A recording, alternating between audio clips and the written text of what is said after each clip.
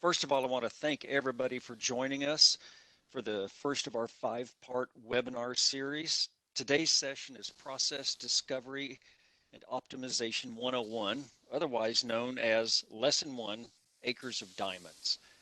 My name is Steve Hensel, and I'll be your host for today's session. Before I introduce our speakers, I wanted to go over a few housekeeping details. Everybody's been muted to prevent us from insanity by beeps and other quirks from conference call setups. In all seriousness, we do respect your time and want everybody to feel this has been time well spent. So we do welcome your questions. To ask a question, please click on the chat icon in the lower right corner of your screen and type your question. We will try to get all your questions during the session, we'll try to get all your questions answered during this session. If we don't, we'll answer them and distribute the questions and answers following. We will also provide you with the recording as well as the slides from today's session. In addition, anyone who wants to know how to get started in the process improvement space, we will send you a spreadsheet designed to let you capture your ideas and then construct a business case with ROI as we move forward.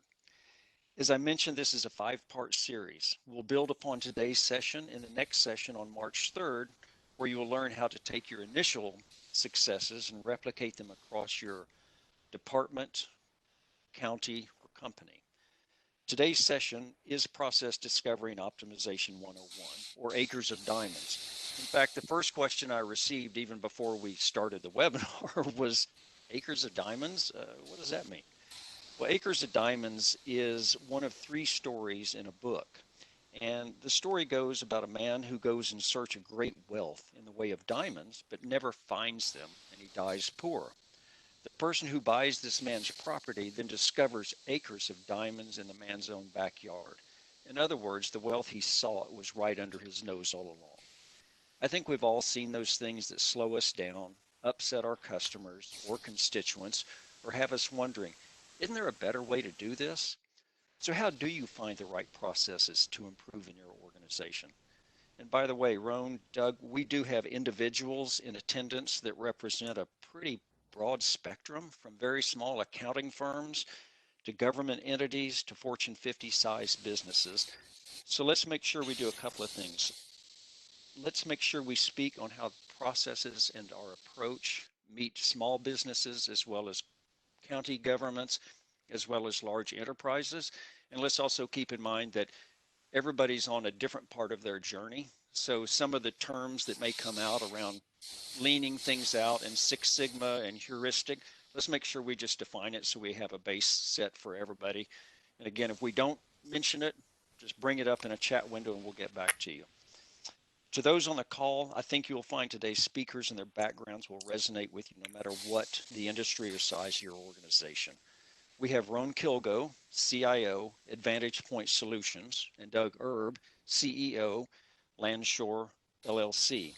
So whether you're a Fortune 50 company, a small business, or a local government, Roan and Doug have probably worked with an organization similar to yours to help discover, and if it's the right choice, improve, get rid of, or automate those processes. Now, if I were to decide whether to look for diamonds or how to improve my business, I think I'd bet on Roan, as he's literally helped over 600 customers find tens, if not hundreds of millions of dollars in improvement opportunities. Doug, in turn, brings the perspective of a CEO who's built a small business from the ground up and was an early adopter of technology to level the playing field with his competition. So he's made his clients' sales operations and revenue-enhancing departments successful and happy. So from robotic process automation to low-code, no-code, machine learning, and AI, Doug understands how to leverage tools to make a business run more efficiently. So with that, Roan, where do we get started in this process?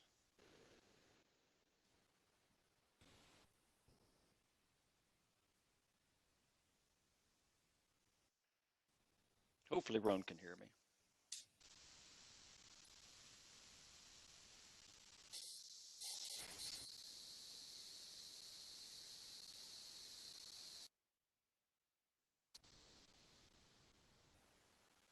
Roan, are you able to hear and to kick this off?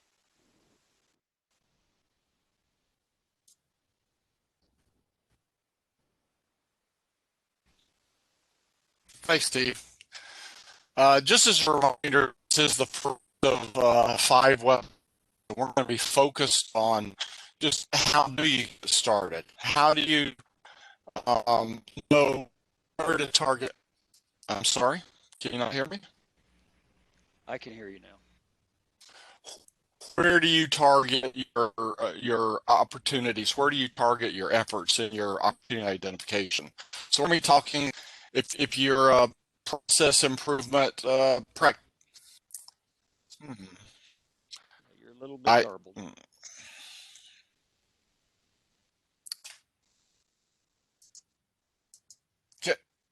oh, Steve, can you hear me? I can hear you. You were just you were a little bit garbled. Most of it was clear, but let me Hello. see if I can chat with you. Yeah, Ron, I can hear you, so you're good to go. Okay.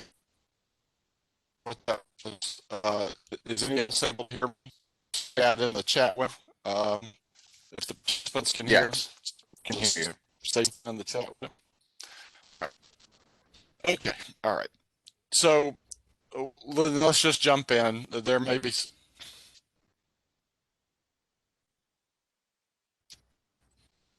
Okay.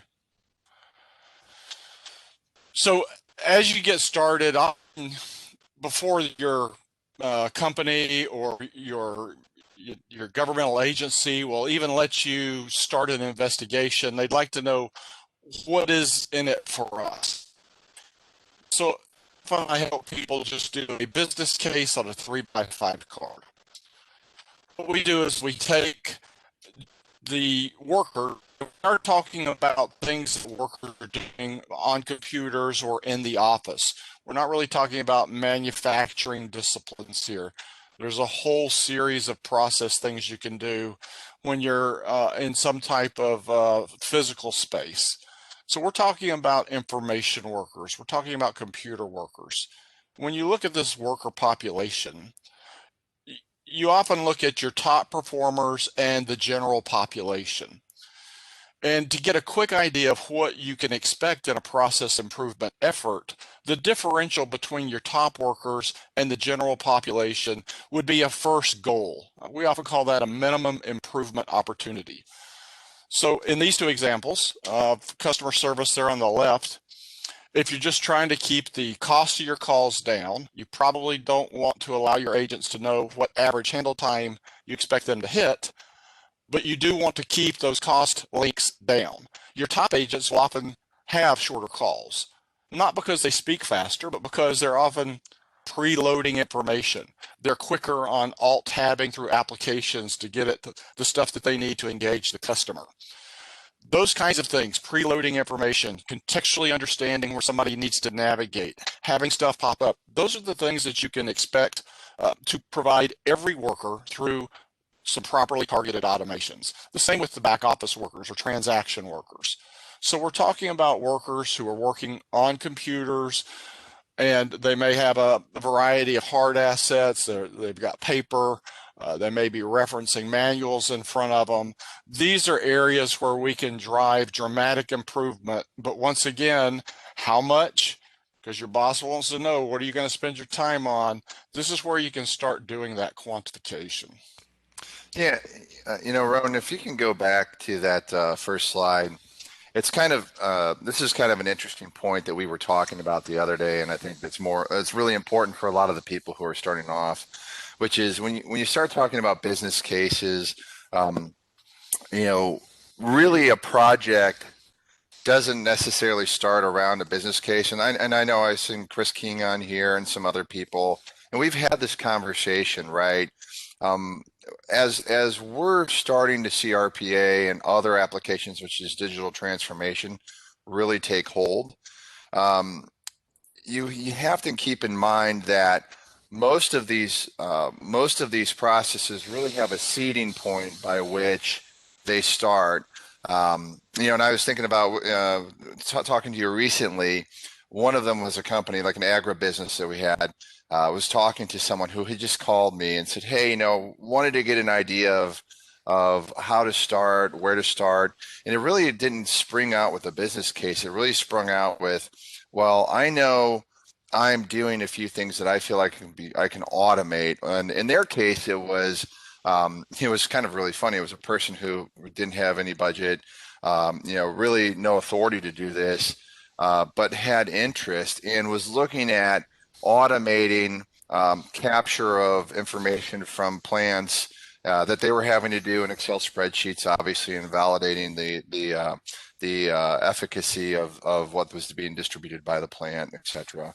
Um, and so it's really, really the beginning of any of these projects kind of starts with you, the individual, understanding your role in the business and the business that you're doing to seed the beginnings of these projects. And as you move further down the line, seed the beginnings of how you start rolling these types of things out through your organization. So I mean, I wanted to really emphasize on that because, like we said, we've got some people in here who've been doing it for 2, 3 years who are, black belts, Lean Six Sigma. We've got people who are looking, just to start off with. Ron, I just want to get your input on that and how you see that. Yeah, so I mean, it kind of goes back to some of the earliest process improvement efforts. If you have a worker with great education and great background, but they're spending time doing the stuff like you were just talking about, pulling Excel spreadsheets, pulling reports, and massaging data, they probably feel like that's not their value add to the organization, and the organization probably agrees. So when we remove that tedious work or that more manual, lower skill set type of work from that worker, there's more of their day that they can focus on what they're paid to do, whether it's serving the citizens of a community, serving the clients in a banking or insurance arena. You remove that stuff that they're not really being comped for so they can focus on the higher value activity. Now, fortunately or unfortunately, often there's a CFO or some comptroller in the background who wants to understand the financials of it. And even though you're not interested in necessarily saving cost, you can still use these numbers to generate interest in the project by saying, this is how much we're spending of our very valuable employees' efforts on doing stuff that we should allow a computer to do for them, right? So the quantification is very similar in both cases, but it's the focus, I think, Doug, that you're talking about. And what we're talking about is something actually Bill Gates wrote about probably 20 years ago in a book. And he talked about a frictionless operating environment. We're talking about removing the friction that workers go through in getting their job done. And if we can remove the friction from the worker, citizen satisfaction, client satisfaction, customer satisfaction usually goes up in direct relationship to the employee satisfaction. Now, to begin to understand where the actual improvements are going to happen, we need to get some terminology and maybe a couple little basic concepts straight. Today, and for this webinar series, when we talk about a process, we're going to be talking about a string of activities. And a process may be something that comes into the organization and then leaves the organization, but a lot of people and a lot of activity happens in between those two times. So a process is going to be the highest extrapolation of activity. Then usually within a department or an individual, there's a function that person provides. And to perform that function, they do a variety of tasks. So the task level is the elemental level. Now, one reason I show it this way, very simplistic, is almost all of these activities have a 5-step pattern. The worker gets work, maybe it's a phone call or maybe it's a list from their boss, it's something they need to work on. Usually that's not self-contained. They then have to go out and get additional information.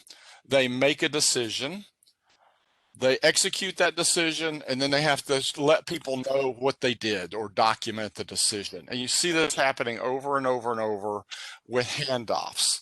And Ron, yeah, and this actually brings if you can go back to that slide, this really brings the question. I think you categorized this the other day really well as part of one of our conversations, which is if everybody on the call thinks about how they make decisions, there's algorithmic decision making, which is something where I look at a piece of paper, it says that I have a contract. Is this person over It's a 21? rule. Yeah, Yeah. it's a rule. Yeah. And then there's heuristic, right? And so the way that you categorize those two things really made it make sense to me on how to go through these pieces. And I just wanted to throw that out there because I've been personally in my conversations with people and my thoughts about how we are going to automate not just process but actually full work streams, thought about automation from an algorithmic versus heuristic process decision. So I Well, thought I thought that was really great how you put that together. well, it's a good point, and we do talk about this a little bit further in the upcoming slides. But if you think about a call flow as an example, so the example before may have been a back office activity, but a call flow very similar.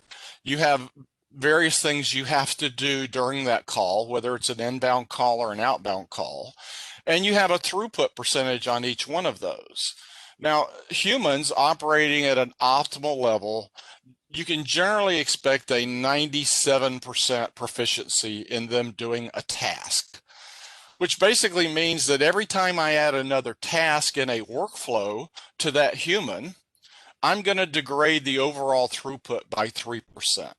So the way you might calculate throughput is the ability for me to get to the next step and what percentage of the time I can successfully get to that next step. So throughput simply means how many times when I start something do I actually finish it successfully. And this is just a quick way of understanding why, if you're running a contact center, you may have a 72% first contact resolution rate, if that's one of your metrics. You may have a right first time rate for providing a function of 88%. But it's the fallout from each of those that degrades it. Now, the beauty of what Doug was just talking about, any of that human activity that we can then reallocate to the computer because it's rule-driven activity that a computer can do, that computer should have way greater than 99% accuracy in doing that rule-driven activity. You're going to improve the overall performance of that worker in that environment. And so heuristic, we often use that term, and programmers will use that term as well, but heuristics basically means benchmark or rule of thumb. I can't necessarily put a number on it, but I know that that thing is bigger than a bread box, as some of those us old guys used to say. It's bigger than a loaf of bread, it's smaller than a loaf of bread. Those would be benchmarks, approximations, that you can use. So any type of unique human discretion, something that we can't quickly program a computer to do, even though computers are doing more and more, we will call that heuristics or unique human discretion. Now, to get started, and this is where what Doug was talking about in making the categorization, before you make the categorization, because a lot of people aren't comfortable saying this is rule driven and this requires unique human discretion, I tell people just make a list. If we're going to have a phone call or if I'm coming to your place to help you get started, the very first thing I'll ask you to do is make a list of the things that you think could be improved in your environment. Not necessarily automated, just improved.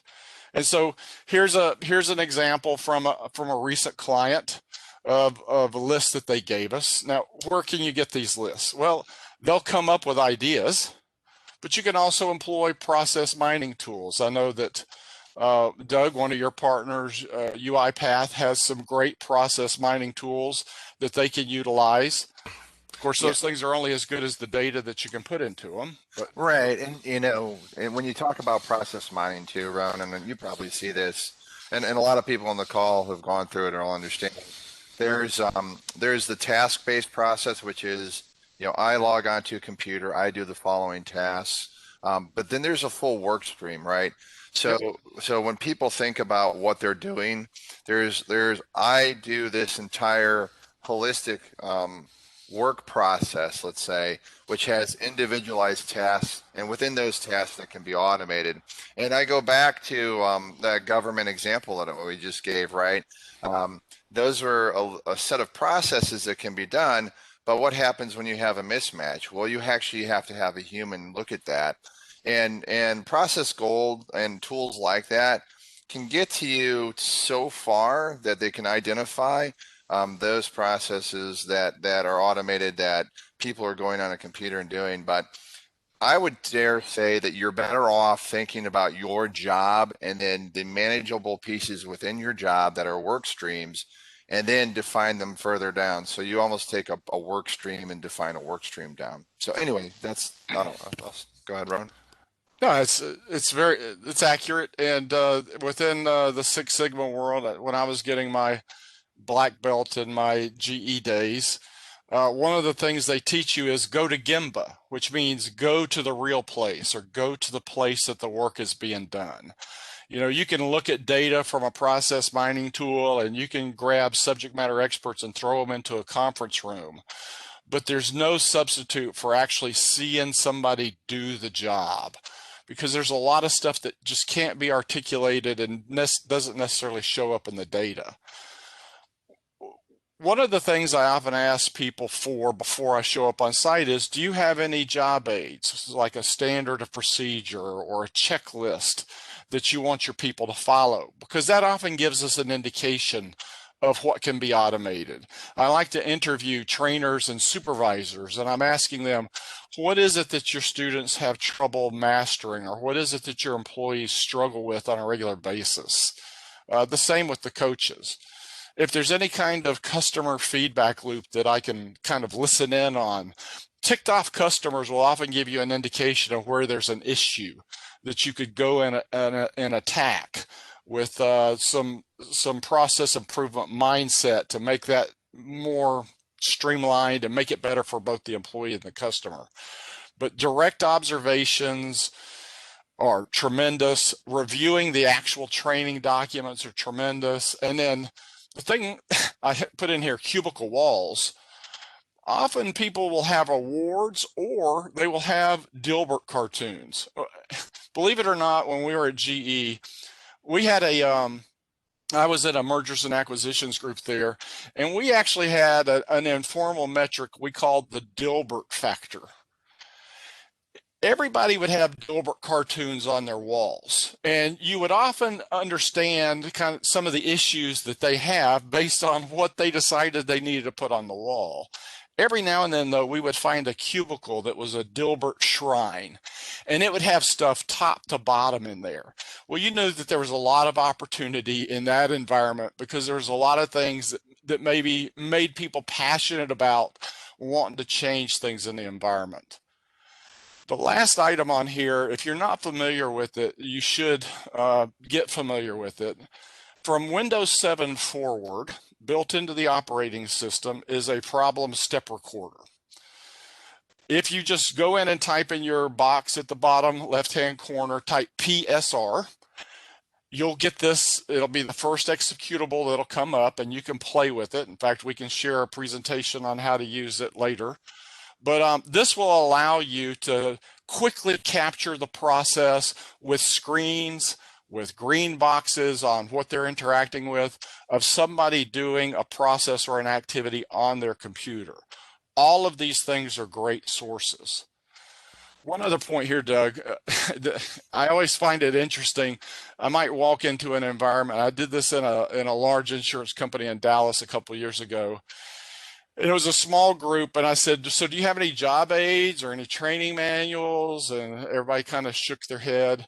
It was a small group, and I said, wow, but this stuff has to be done every day. So how do you decide who goes on vacation and stuff? And they kind of looked at me quizzically. I said, surely, because it's a small group, you're down and you have to have somebody else step in every now and then. How do you make sure they do it right? At that point, one of the employees pulled the vacation checklist out of a drawer and showed it to me and said, when we leave, we give our substitutes this list and they just have to go through. Well, that was a list of things that I could use. It was fully algorithmic. These are the rules that we're supposed to follow. And it allowed us to get jump started in actually having a specification for a set of automations for those guys, even though they had all told me that there were no documents that showed this in existence. Once again, as you mentioned, you got to be on the floor to be able to find that and have that kind of dialogue. All right, I think you adequately called out the PSR, the problem step request, because any engagement we ever do here with our organization, when we're working with people, the first thing we do is go through, okay, let's do process discovery. The second thing we do with everyone is we're going to record it. It's a day in the life, and if anybody remembers those books or those picture books, literally we're taking pictures of a day in the life of your step-by-step processes and how you behave and what you're doing, so that we can look through and say, oh, this is the best way to automate those things. It's even better for you to be able to go through and do it yourself. So I'm going to challenge both of you just a little bit. So Okay. having worked on the vendor side, it's a little bit different. You go in there and you say, I've got this wonderful process automation solution, and you get people to get started, and they may develop some of these things, and then they kind of stall, or occasionally they're very successful and they move forward with it. I've noticed, based upon the attendees on here, you have people that have not gotten started, you have people that are experts, and you have people that have some tools and are kind of looking at it. So when you talk about process improvement and making a list and things, is that something that applies no matter where you are during the journey, or how do you deal with a company that may have started but have stalled? What happens there, Ron? But usually when I see somebody that started and stalled is they got so infatuated with the things that they could do that they turn their loose people, and they allow them to create what I would call a point solution. So you might create 20 or 30 point solutions. But at some point you need to step back and understand that if I'm addressing this, let's just say it's the Fish and Wildlife Department of a county in Texas. I don't know why that would come to mind, but and I find out that the people that are on the fish side are doing certain things and submitting reports, and somebody takes a tool and they do a great automation that helps them aggregate the data and submit a report. Well, I go to the guys who are now managing the ducks and the fauna, right? The flying birds or whatever. Guess what they're doing? Different data, but they're doing the same process. And so as you get started, you begin to look at the patterns and see how the patterns evolve across the board. And to give you maybe a firmer example in a banking world, I often see people doing reconciliations in a bank. And if it's a reconciliation department, that group may be 50 to 100 people, and they do 900 or 1,000 reconciliations. If you're using an automation tool, what you want to do is you want to automate the core and then allow the tool itself to call the things that are variable in. And the mistake that a lot of these people make that stall is everything's a point solution, and they have all the rules embedded in the tool, in the little automation that they may do themselves, rather than extracting it out and letting the tool reference the rules. And that's where it's important and kind of ties in with this slide, Steve. So yeah, and to really point to that from a vendor side, you're going to see stall outs. Yep. I can look at some of the people that we have on the call, right? And some of you who are on the call are much more forward thinking than your counterparts inside of your organization. So you may end up stalling out specifically because frankly you guys are just further along. If you are in charge of, let's say, one department in your organization, people from a vendor side would look at it as a stall out. Well, frankly, you automated your part of the organization. A lot of times it's incumbent on you to say, hey, by the way, we did this, and yes, we're brilliant. It might be a good idea for you, other pieces of the organization, to see and transition it and understand how we automated this, these processes of information. specifically.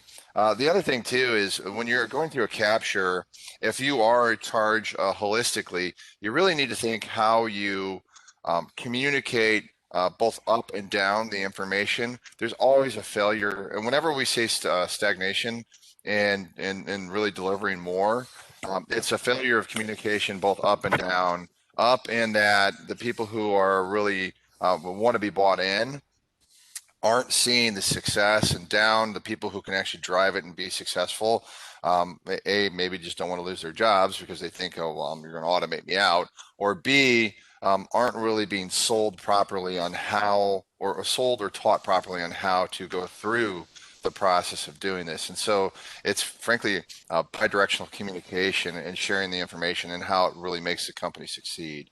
So that's a lot of where we see this fall out, and why vendors would perceive it, so Steve, who was selling software, is going to see it as a stall out. Doug, who is working with the customer, knows that it's not really a stall out, it's an ultimately successful customer. It just needs to move a little bit further. That is helpful, so I appreciate that. And I think what Roan is showing, and I didn't mean to take you off your slide, Roan, no problem, is having a framework is really what allows you, whether you're just getting started or far along, to view where you are and to have something to fall back on and a way to communicate back to management what you need and the successes. Well, and what you're going to see in these next 5 webinars is we're going to take each one of these things that we may show on the screen and build on it. But we're using simple tables that you can keep in Excel. Now you can promote these or use these in other tools. For example, if you're an agile shop, you could keep it in something like Rally, but you don't have to. It all starts with the elements of work that we can address. And we're always going to be asking 3 questions with each of the things that we see. Should this work even be done? That might be called leaning it out, removing some unnecessary steps and maybe rearranging some things. Should it be removed totally from the worker's desktop, or do we just need to facilitate the worker because there's too many unknowns or too many things that we haven't got in a system for reference yet? And so as you go through and you make your list, you're going to determine, is this a rule-driven activity, or does it have somewhere in it some type of unique human discretion? And even if it's a rule-driven activity, you then have to ask yourself, are the rules accessible by a computer somewhere? Now, I don't mean that you have to have some kind of fancy program, because the automation technology that you would choose would allow you to access those rules, but it has to be in some type of format that a computer could interact with. The format could be a spreadsheet, could be a database, any number of things. And we'll talk more about that later. But the other thing that Doug was talking about, and Steve kind of intimated, is as you have success in little areas, and you've started this and you've got, I say little, I don't mean to be dismissive, but maybe you're a 500-person group in a company that's got 40,000 people, or you're a 200-person group in a state government that's got 100,000 employees. You're going to have some success, and you're going to be able to drive that further, though, if we teach you the way to organize or frame your efforts.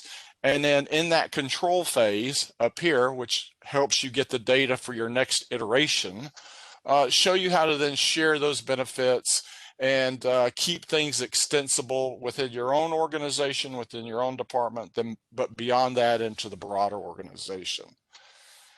So make your list first. And by the way, I think everybody saw in the correspondence, if you start with this and you just make a list, you don't even have to be filling out these 2, and you care to share that with us, we're going to be selecting a couple of groups that we're going to provide some free initial consulting with. We're going to review the list with you, talk to you about ways that you can move forward, and maybe even spend more time with a broader team with you to make sure you understand how to use this, how to move it forward, and get you kick-started on this. So that was an offer that we've made. in exchange for your attention and attendance today. We're happy to do it, but it starts with making this list. The team is sharing a full workbook with you with some of these other things in there. And for each webinar, we're going to add a couple of different devices into it, new sheets that will build on the previous sheets. So this will be an ongoing effort to show you how to get it all the way through to full value realization of your efforts. Like I was just talking about, though, every time we see one of those, and we're going to ask ourselves, is this heuristic? Meaning it's takes some type of unique human discretion, or is it algorithmic, rule-driven activity? I want to reallocate as much of that rule-driven activity from the human to a computer somewhere. But some things you just don't need to do anymore, or you need to do in a different order. And so these are the three approaches for anything that you put on that list. We're going to lean it out. We might partially automate it, but leave the human involved because there's exception handling and there's some fuzzy stuff that the human needs to do. But if we find that it's fully algorithmic, we're going to show you how to move it to a server somewhere so a human doesn't have to touch it anymore. Yeah, Ron, so this slide's really interesting because this brings to mind a couple of use cases that we have. And obviously, if people want to see some of these use cases, we can share them with you. Just let us know. One I've been talking about a little bit here, which is really a finance or county-based use case by which you're reconciling data. In the case of the counties, like Noe can talk about if who's on here, you're getting information which is, people owe me this. I need to reconcile. I need to reconcile that into my accounting systems. In their case, we're using spreadsheets to do reconciliation and robots, and then whenever there's a miss on the reconciliation, they specifically go ahead and have a stop and a human intervention. A more interesting use case that we've had recently, and I know we've got some banking folks on here, is one where it was a fraud detection. And so fraud detection is really important, not just to banking, but probably to everybody within the organizations that are on here. But fraud detection, this group specifically said, hey, we have high-level VPs that are doing fraud detection for us. There are a myriad of rules, as we've been talking about right now. And so we went through the rules, and they said, okay, here are the rules. One of the most simplistic rules was, are we getting information submitted with 80 word or over 500 word count? Anything in those spectrums usually indicates fraud.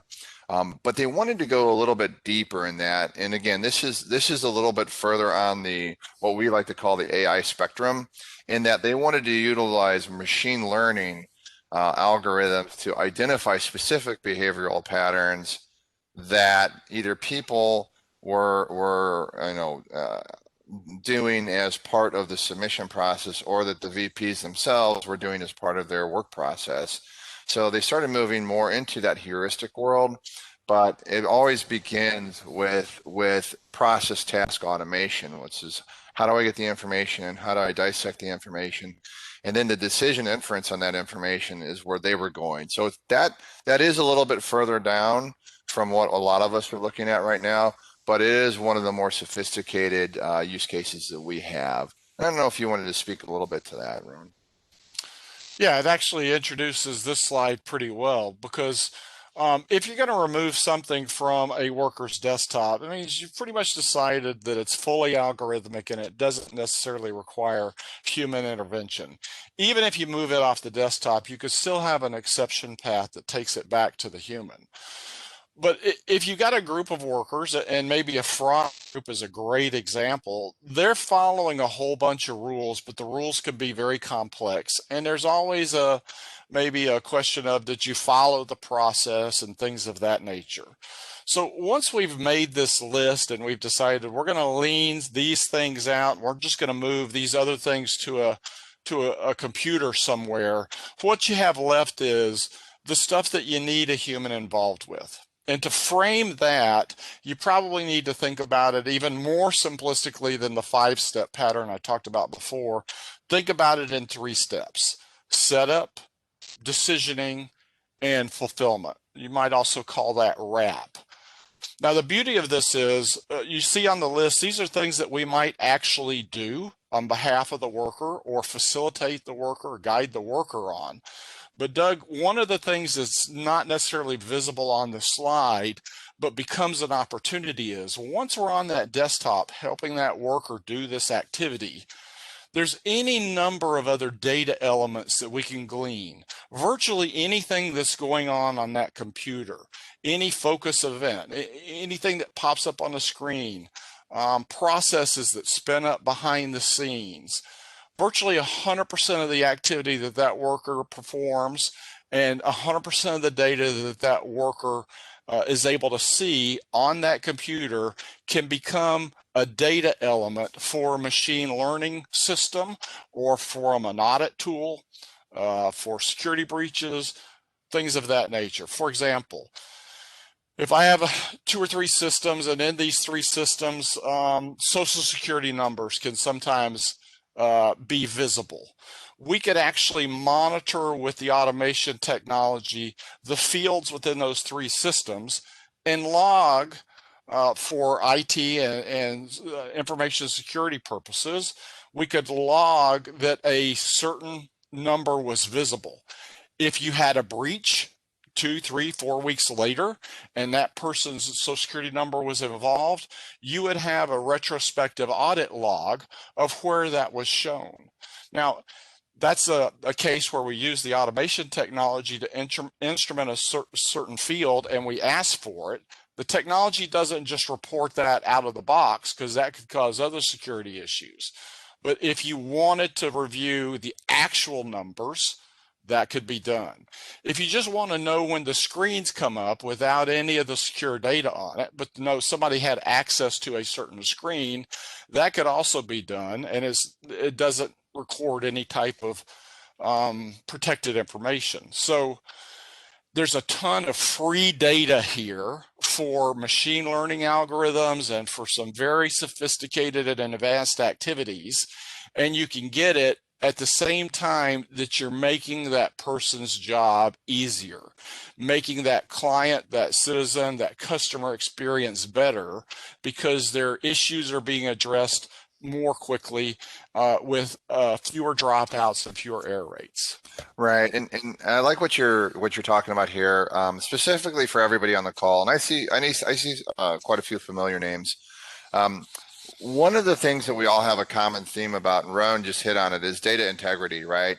So another use case that we have, for example, was a commissions-based use case where people would be having sales data come in that was frankly either flawed or missing information, and it causes pain. It causes pain because it is flawed at the beginning, and as it traverses through your entire data ecosystem while you're trying to infer decisions on, it becomes more and more problematic.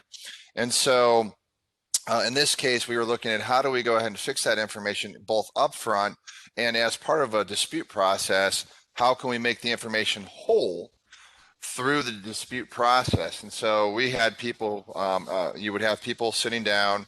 I am not happy with my sales because you have messed it up on my transaction. I sold more than this, etc. Right?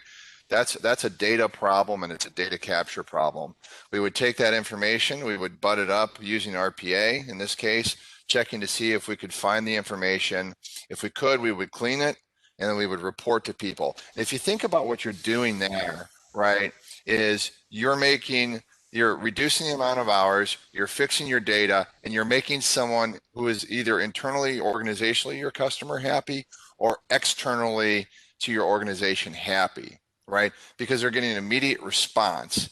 And those are the things you're looking to do. Because if we're thinking about, a lot of people will come into here and, well, you've got all these hours that you're reducing, and that means we could reduce headcount.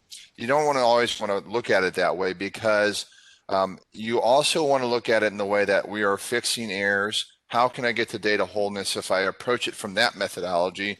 Or how can I actually have a robust outreach? And you hit this a lot with your call center solution. How can I make my touch points with my customer more enriching?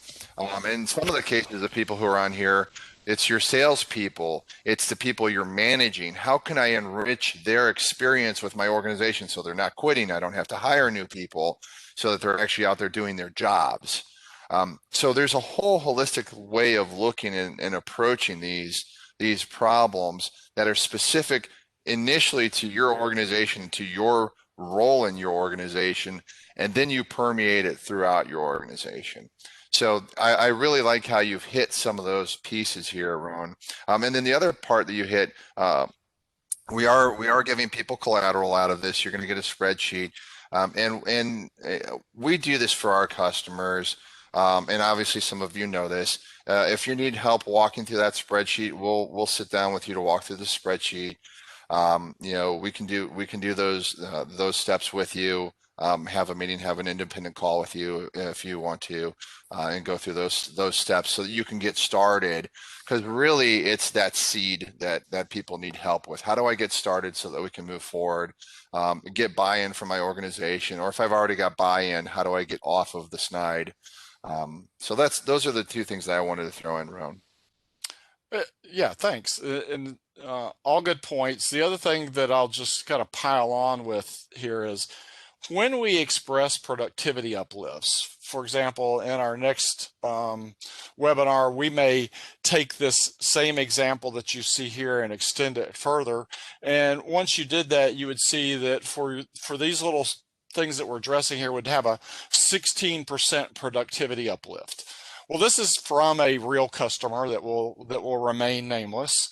And they were thrilled with that 16% productivity uplift because they said, oh, that means that our current workers can do 16% more work. We're in a growth phase. But even if you're not in a growth phase, within these large back office operations, large operations centers, and large contact centers, often their per annum attrition is 25 to 35%. And that's usually in the good range.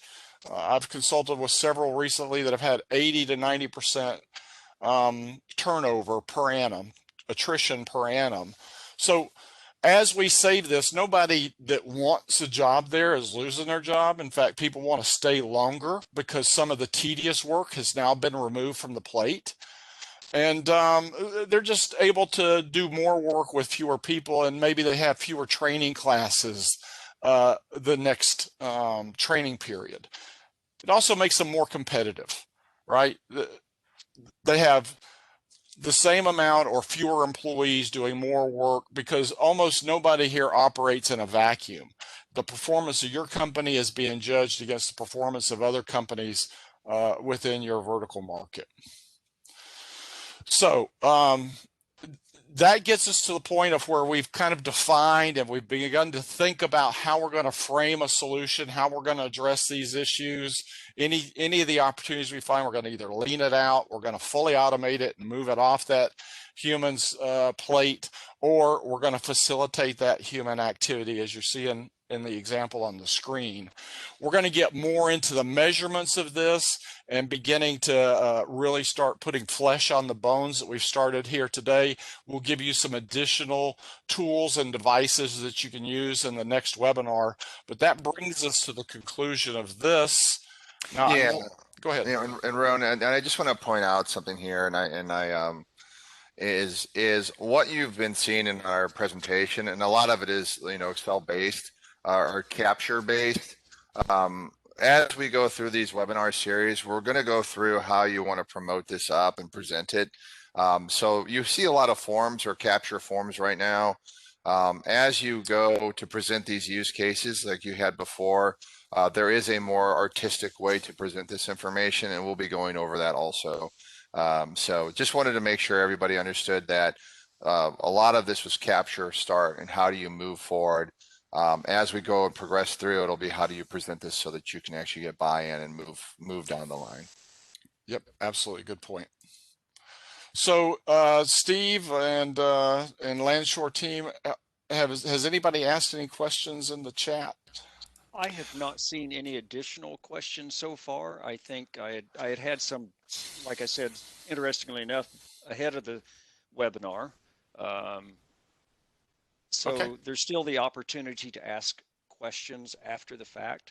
And the way we'll handle this, in fact, we looked at our own process for signing you up for the webinar, and with Roan's help, we've streamlined that a little bit. So if you join us for the next webinar, the registration will be even easier. We will reach out to you individually, and that's just to make sure that we just don't send blindly the recording and the slides if you don't care to get them. And if you want them, we'll send them along with the workbook. We hope this was a good use of your time. I certainly appreciate Roan and Doug's time, and we really appreciate you spending 45 minutes to 50 minutes of your day with us, and we look forward to seeing you on March 3rd for the follow-up. Yeah, does anyone specifically have questions that they want to put in the chat or send in an email to us? Feel free. And if anyone here obviously wants to go through the spreadsheet or have an independent call, you know, I'm not hard to reach. I've talked to a lot of you, so please give us a call, and Ronan and I can be made available independently just to go through some points that you might not have captured you have questions on. So yeah, feel free Absolutely. to send us an email.